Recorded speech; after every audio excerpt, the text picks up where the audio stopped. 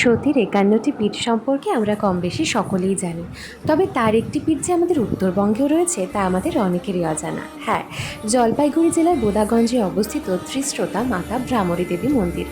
Baikunthapur forest দিয়ে কিছুটা এগিয়ে গিয়ে এক অপূর্ব মনোরম পরিবেশে অবস্থিত এই মন্দির।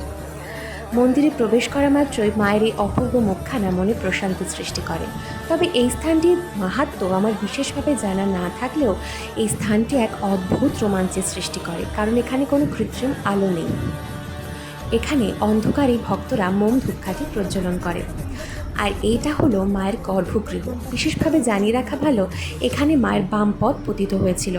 তাই এই যে আমরা ভালো করে লক্ষ্য করে দেখব, মায়ের প্রস্তরীভূত বাম পদ, আর মা এখানে কৃষ্ণবর্ণের সবিতা।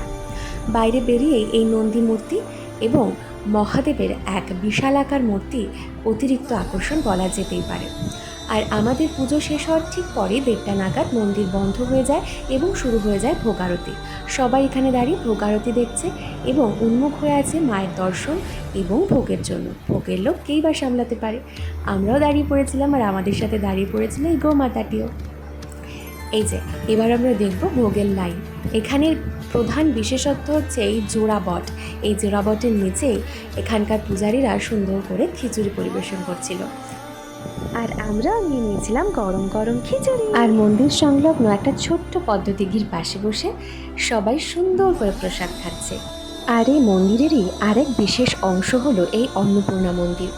ওই ছোট্ট পদ্মদিঘিটার পাশেই খুব সুন্দর প্রাকৃতিক পরিবেশে অবস্থিত এই মন্দিরটা। সত্যি কথা বলতে এই মন্দিরে একবার ঢুকলে আর বেরোতে মন চায় না। আর মায়ের এই অপূর্ব রূপ, অন্নপূর্ণা রূপ।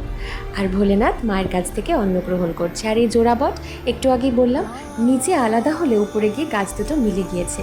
আর মন্দির থেকে বেরিয়ে এসে এই যে এই সুন্দর জায়গাটা, একদম ন্যাচারাল এয়ার কন্ডিশন রেস্টুরেন্ট বলা যেতেই পারে। আর পুজোর সমস্ত সামগ্রীও কিন্তু এখান থেকেই নেওয়া যাবে।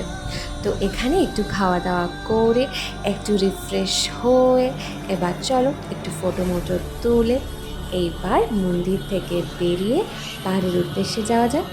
তো আমরা যারা উত্তরবঙ্গে থাকি তারা একবার ঘুরে আসতেই পারি এই ত্রিশ্রোতা ভ্রামরী দেবী মন্দিরে। সকলে ভালো থাকবেন। রাধে রাধে।